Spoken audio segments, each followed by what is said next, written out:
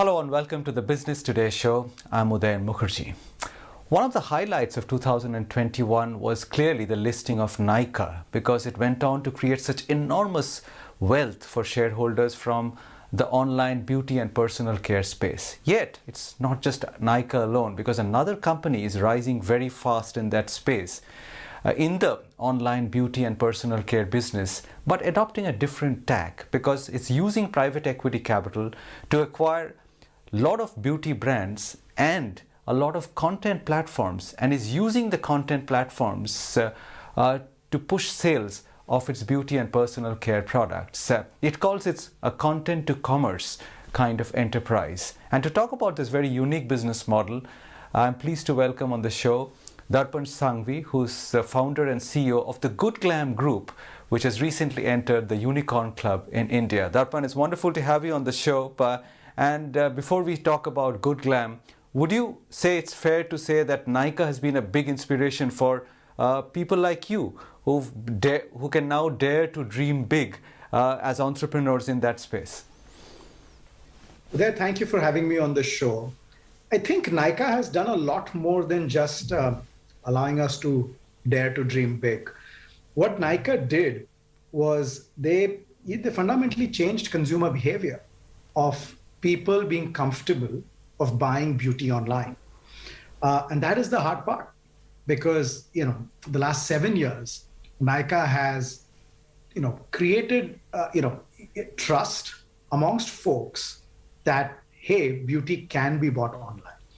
When that consumer behavior shifted a few years ago and consumers started becoming comfortable buying beauty online is what allowed entrepreneurs like myself to dare to dream that I can build a brand that is primarily built on digital in beauty and personal care, because I knew consumers were already buying online. So I just now needed to create a brand that married their consumer persona, that fulfilled their needs. So I would say the entire BTC beauty and personal care industry owes a big thanks to Nykaa to honestly bring beauty online.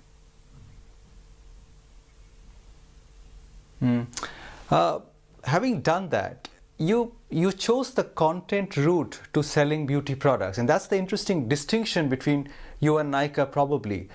If you were convinced that Nykaa had succeeded in creating an online beauty platform, why did you choose? I mean, what prompted you to go down the content route? Did you face obstacles in trying to sell your beauty products online? You were not getting enough customers? I mean, what prompted you to examine the content route in the first place? So, Uday, first up, Nykaa and Good Glamm are very different. Nykaa is an online retailer of beauty products, meaning it's a marketplace with thousands of brands on it, while Good Glamm is a conglomerate of DTC beauty brands, meaning we own all the brands that we sell, right? So we are actually a brand that can sell on Nykaa, and Nykaa is a channel for us. So we never competed with Nykaa. We don't compete with Nykaa. It's a complementary channel for us. Now, what we set out to do when we launched our first brand, which was MyGlamm in October 2017, we set out to say, what we said was, hey, look, consumers are buying beauty online, but can I create a platform where consumers are actually transacting on my app and my website, and I'm not dependent solely on third-party marketplaces like Amazon and Nykaa for the sales of my brand. So I was trying to be truly DTC, which is truly own the customer and get the customer to transact on my website and my app. That was very unique about us. This is something that the other new age brands, they were still 75% sales on third-party marketplaces. MyGlamm has always been over 75-80% of online sales on the MyGlamm website and the MyGlamm app. In doing that, it's just to the question that you asked. In doing that, what we realized was the biggest challenge in being truly DTC is the customer acquisition cost. We would spend so much money to drive traffic to our website and app that the customer acquisition cost was just crazy. And there are a lot of benefits to getting the transaction on your website and app. You're connected with the customer, you understand her better than anyone else, which means you can make products that are more relevant for her. And then eventually I can have stronger retention and loyalty from her, right? And that leads to building a great brand. But the biggest challenge was to get the customer onto my platform. I was spending a lot of money. So I took a step back and I said, where does this money go? The money goes on being on, we saw customers were essentially discovering trends and beauty and products and brands on social media. And the money we were spending was to be present on social media, to have a brand present on social media. That's where we would run ads and then get traffic from those ads to our website and app. What we thought was, can we get on social media organically through content so that we don't have to spend on ads, but organically through content, we are able to connect with the customer on social media. We have a presence on a news feed through content. And through content, we'll get them to discover our brands and products and then get that traffic over to our website for a transaction. And that bet worked, and we've scaled up, it's been incredible, the scale up. The CAC came down to $1, which is arguably the lowest CAC in India of anyone across any category. Today we are acquiring 650,000 new customers a month, which is, again, an unprecedented scale, driven by our content creator commerce strategy. All right. Now, I want you to illustrate what you have just told me with specific examples. Let's take the example of some of these content sites like you've acquired, like say the Moms Company or Baby Chakra, and how you were able to leverage those platforms to get far more customers and the kind of products you were able to sell using these kind of platforms. This specific example. Absolutely. So in the example that Uday you've highlighted, Baby Chakra is the content platform, right? Momsco is this mom and baby brand, right? Now, Baby Chakra was reaching out to 20 million mothers, through social media, through their website, through their app. Momsco had a set of products that were solving a specific set of challenges that mothers faced for themselves and their kids, right? We started creating content on Baby Chakra, which allowed for conversations around some of the products that Momsco had, right? Now this content is going out organically on Instagram, on Facebook, on the Baby Chakra website, on the Baby Chakra community, right? So then there is a mother who's engaging on Baby Chakra for content because there are 20 million women who are engaged on Baby Chakra. And then she's, thinking about, one of the problems that she has, right? And she's reading an article about that problem. And there she discovers an ingredient or a product that Momsco has. And then she clicks on that. And with that click, she comes to the Momsco website. So discovery of the brand or the product happened on the content platform, which was Baby Chakra. That content is distributed across social media, across Facebook, Instagram, YouTube. It's also on the Baby Chakra app, right? The user is a Baby Chakra user, right? And through that content, she discovered a brand or a product that interested her, clicked on it, and the traffic came to Momsco, right? And this is all organic, right? This is not paid marketing. That becomes, and then she discovered Momsco. Now, she might not buy in that first visit on momsco.com, right? But now we know what her interests are. We know what kind of content she likes to read and what kind of products she might be interested in. And then when we are spending money on Facebook and Instagram for our digital marketing, it's very efficient, retargeting based on data and consumer insights, which are collected based on the behavior of this user. So the content allows me to get consumers to discover my products and brands. And then the data allows us for effective retargeting to be able to then serve her when we do use ads. It's not that we don't use ads, we do use ads, but it's served in a very highly targeted and efficient manner. Now, let me ask you about, I got this story, but you've also acquired digital media brands like Scoop Whoop and Miss Malini. Now, one can argue that Scoop Whoop is probably read by more men than women. Now, how would you leverage these brands, which are digital media platforms, to sell different kinds of products? Would you be aggressive, for example, in men's grooming or men's beauty products using the Scoop Whoop platform? Because there seems to be a natural fit out there. Absolutely. The reason why we went and acquired Scoop Whoop was simply because we saw within the female space we were doing very well, and we looked at men as a large opportunity. And if I'm following my content creator commerce strategy, then men, I knew I was going to have some men's grooming brands. But prior to that, I needed to ensure we have the men's content platform. Scoop Whoop reaches, I think, 40-45% of the men in India, right? And great content. It's a great company, right? So first we did the first step we did was to then acquire Scoop Whoop so that we have the top of the funnel of men, and then we went about building and acquiring men's grooming products and brands, who can then say we can follow the same journey that I explained to you on from Baby Chakra to Momsco. It will follow from Scoop Whoop to our men's grooming brand, and that's why we did a Scoop Whoop. Miss Malini is very interesting because Miss Malini is actually it serves a twofold purpose for the larger group. First is she's probably one of the leading sort of media platforms on Bollywood, and Bollywood is very important when it comes to beauty and lifestyle. It forms opinions there, and so that was another media platform, another occasion for us to connect with women who are looking for that kind of content, and then show. In Baby Chakra's case, we were able to show Momsco. In a Miss Malini's case, maybe we're talking about a movie star's red lipstick at the Filmfare Awards, and we are able to relate it with a red lipstick from My Glamm, right? So it fit there. But Miss Malini also is a big part of our Good Creator Co. The Good Creator Co is where it is the largest influencer ecosystem, influencer platform in India. And Miss Malini is providing the talent management services at Good Creator Co. Because Miss Malini is used to managing celebrities and macro creators. So that was the rationale for Miss Malini.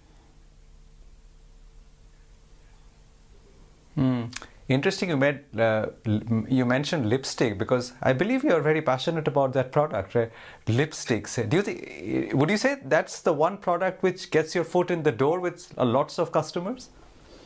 Absolutely. And there are 2 or 3 reasons for it, right? First is, if you look at the makeup market in India, 55 to 60% of the overall makeup market is lipstick. So clearly, largest TAM out there. Second is, it is the product that a woman is easiest to convince to try, even if it's a new brand. It's very hard to get our consumer to try a face product in the first instance because she doesn't know the brand, right? But lipstick, if it's a color or if it's a benefit like lasts all day, right? She's like, let me take a chance with it. It's a impulse purchase. As you said, gets your foot in the door with her. She's able to try it, then she loves it, and then she's like, now let me go and try their face products. Which is why, if you see, my repeat order AOV is 3 times my first order AOV. Because the first order AOV is typically these impulse purchase products like a lipstick, which are lower AOV, while my repeat order AOV products are more face care and some of the premium offerings which are there. And that's why the repeat order AOV is 3x the first order AOV. Now, I want to ask you something different, Darpan, because you are in a business where you can actually gauge the pulse of how a young woman or a young man now in B and C cities in the hinterlands of India is consuming beauty and fashion. Because somehow sitting in the cities, we get this impression that beauty is the preserve of the consumer in the urban metros in Bombay and Delhi and Bangalore. But that is not necessarily the case, right? I mean, given how easily the world reaches your mobile phone today, would you say that the consumer in B and C cities is as active in seeking out beauty products which they see, on global platforms even today? Not only are they as active, they are as educated about it. I think that was the big revelation for us. And it comes back to the point on how are people discovering new trends, brands, and products. They're discovering it on social media. This influencer, she can be sitting in a tier 3 city. She's still following Kylie Jenner, right? She's still following these big movie stars and these big influencers. And she knows what the latest trend is. She knows what is happening, right? And it's, for the Good Glamm Group, today 70% of our sales are tier 2, tier 3, tier 4, right? They have the phone, On the phone, they have social media. On social media, they're discovering trends, products, brands, ingredients, all of that. Consumer is highly aspirational. The Indians are highly aspirational. It doesn't matter which tier of city we are in, right? And now she has access because with the click of a button, she can get delivered to her house. So clearly, this sort of explosion and the growth of the beauty personal care industry is being driven by the smaller towns. There is absolutely no doubt about it. Like I said, the revelation was because we do a lot of focus groups, right, with our consumers. We directly connected with them. We speak to a lot of them, every other week.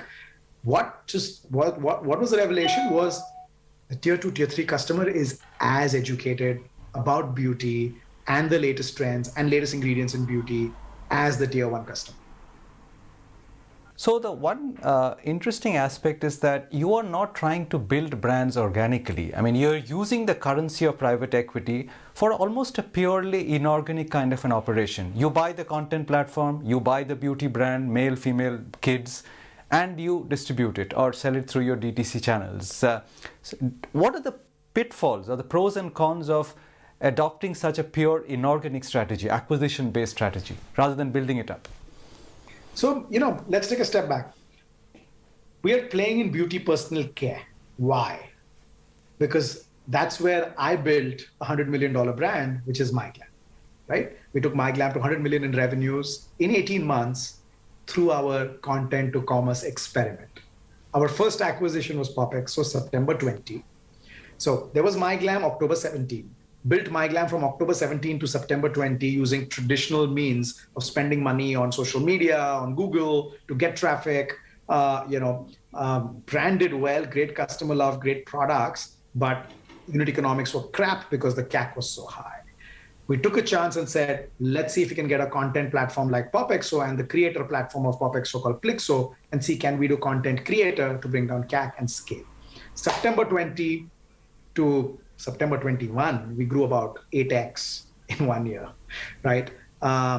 March 22 grew 15x. So we said, okay, we figured something out. We figured out how to leverage content creator to build a great brand in beauty personal care. Now, we said, okay, if you want to be a couple of $1 billion in revenue, I need many brands across categories because makeup time is only so much, haircare time is only so much, skincare time is only so much. So what are the options? First thing we did was we said we figured out content creator, let's scale that up. Let's get more companies that are like-minded, that have great traffic, great tech, and that adds to my top of the funnel that can power more brands for me. Then we said, now other brands, should we build, should we buy? If we build, it's a two-year job to even get it to the $10 million level, and then you can scale it from there. Right? Plus the product portfolio itself takes 2 years to come together. Also, most importantly, DNA. When you build, look, my DNA was MyGlamm, right? Beauty is all about brand is all about DNA. What right do I have to create a brand in intimate hygiene and sanitary pads? I have no right to win there. That was not, the company can't have so many multiple DNAs that are so diverse from makeup to sanitary pads, right? So we said, if we go and acquire fast growing brands, they've shown proof of concept because they've gotten to 10 million, they've got a great product portfolio already ready. And most importantly, their founder has a kick-ass DNA right for that category. Then can we partner with that founder, bring him onto the Good Glamm Group, provide him the resources to go from 10 million to 100 million, right? And create a win-win deal structure between Good Glamm Group and the founder. And that's the hypothesis with which we started going on this M&A strategy. So, it was well thought through. So it's not just, hey, I'm just going to buy stuff. It doesn't work that way, right? I don't think I can build brands in categories that are so diverse from makeup, right? Great founders who have great DNA, who've shown proof of concept, if given the right resources, given the traffic and everything else that we have to offer them, can scale it much better and much faster. And that's why we went down this route. Fine. Now, that has worked for you clearly in the last couple of years. You've got your revenues up to $150 million. But on a larger base where you're right now, you're now talking about reaching $1 billion by the end of next year. Do you think that is achievable? And what could drive this kind of a roadmap over the next 18 months, which will eventually culminate probably in you going to the market for an IPO? So, one thing I always tell my board, right, and my team, that guys, we need to hit the $1 billion, ARR mark before we go to the markets. It has to be a milestone when we do it. You're absolutely right. We genuinely believe that by end of next year, by Diwali 23, that's my target, we get to that number. By September 22, which is September of this year, we're extremely confident of hitting $500 million. It includes some inorganic that is coming up, and it includes about a 4x growth of what we already have, right? So our current $200 million number should grow to about 700 plus, 700 to 800 plus in the next 18 months. And there will be inorganic of another $200 million coming in over the next 18 months in some of the missing categories that I just talked about. So that's how we think we can get there. And we feel fairly comfortable. We've done the whole modeling on the traffic, to the clicks, to the orders, to the repeats based on all historic performance. And we have the traffic. We have 4.5 billion monthly organic impressions. We have 200 million monthly active users, bringing them down into the funnel to transacting customers and then running repeat on them. I think we're very comfortable that we should get there, touch wood, by end of next year. And if you do get there, Darpan, how profitable will you be? What is the kind of cash this business can potentially throw up on that kind of a revenue line? Because, top line is one thing, but the market is also, when you hit the market, they will ask you questions about profitability. Absolutely. I think, Uday, that's a great question. So when you're a beauty company, the beauty about a beauty company is your gross margin stack is incredible, right? It's nearly as good as a SaaS company. The problem is your marketing cost, which is what, that's where you invest money. Now, for us, because of our content creator strategy, I think the marketing cost is what we've really cracked, and we have the lowest marketing cost of anybody in the country. And it's a matter of scale now to amortize the corporate cost and the corporate overheads that we've built out. We've built out an amazing team. We've built out some great infrastructure, right? And those are fixed costs. Now, we already, as a company, are contribution margin positive after marketing cost. We expect by end of this calendar year to be positive at the bottom line after all corporate costs, corporate overheads, etc. Right? It won't happen by end of next year, but I think the year after that, a 25 to 30% EBITDA is clearly what the goal is. We will be throwing up cash next year. We would have started the journey to start throwing up cash, and I won't go to the markets unless we've thrown up cash. Hit that milestone on revenue and ensure you're profitable as a company. And I think that's something to learn from Nykaa as well, right? They went to the markets when they were profitable. So what we see stabilized, we'll hit a 25 to 30% EBITDA in the next 2 years. And next year, when we do, look to come to the markets, we will be cash flow positive, but not at a 25 to 30% level at that point of time. Well, good luck with that, Darpan. Great talking to you, and wish you even greater success in the years to come. I'll look out for that IPO whenever it happens. Thank you very much for your time today. Thank you, Uday. It was a real privilege to be here. Thanks.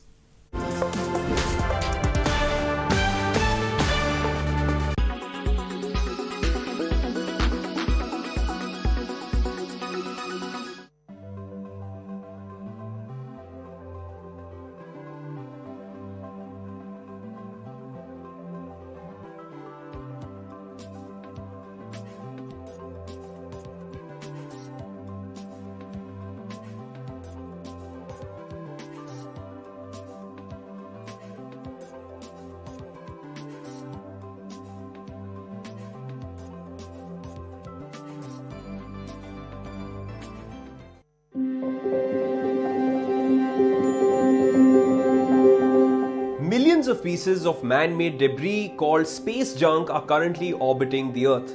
Now, why is there so much trash in space? This huge cloud of space junk is suspended between 800 and 2000 kilometers above us. Since space exploration began in 1957, fragments from more than 6,000 space launches and 6